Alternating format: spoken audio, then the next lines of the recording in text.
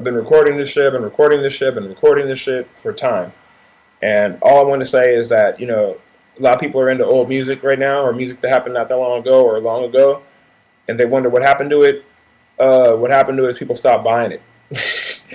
And then the people who had the money to make you see it the first time didn't really feel like they were justified to drop the money for you to see it the second time. So yeah, that shit is dead. The music isn't dead; it's out there, but the people who are looking for it, are few and far between versus before when that's all you saw.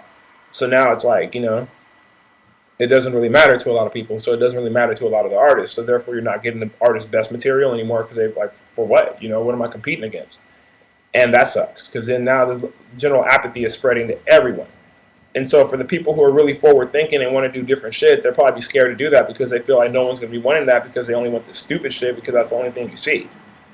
And the only person that can prove, anybody wrong is the person who at the end themselves getting all this stuff. Like the labels and all this shit, they only go off of what people tell them and what they see in numbers. So if they saw all of a sudden, interest in rap music just picked up by the whatever numbers and it was in the press and print, then they're going after it like they did a few years ago. If they don't see that, then they won't. Then there's those dudes who just have favoritism towards certain individuals and they make sure those dudes make records all the time whether they need to or not. And this makes it hard for other people to come out, new people, old people alike, whatever, because there's a lot of avenues and resources not being used for this. Um, yeah, just keep that in mind. Like, you want to see change, you got to make change. It ain't just on the person, who you hold responsible, which a lot of times the artist. The artist is responsible for a record doesn't sell well. The artist is not that responsible for a record does sell well, but at least makes them look more, credible and less like a hack or whatever. So, I mean, it's not all the artists because there's many artists out there that aren't doing what you think they should be doing, but they're still doing it. And it comes down to people who are in control of it, which are the people who give it to you and the people who get it from you.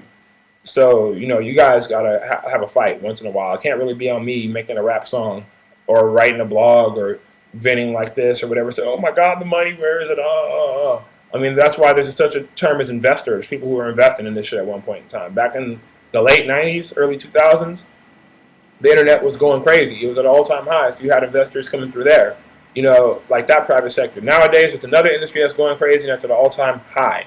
But not many investors are openly investing from there. And until they do, you won't see what you should see. Because that's where a lot of money's coming from, but you just don't know it.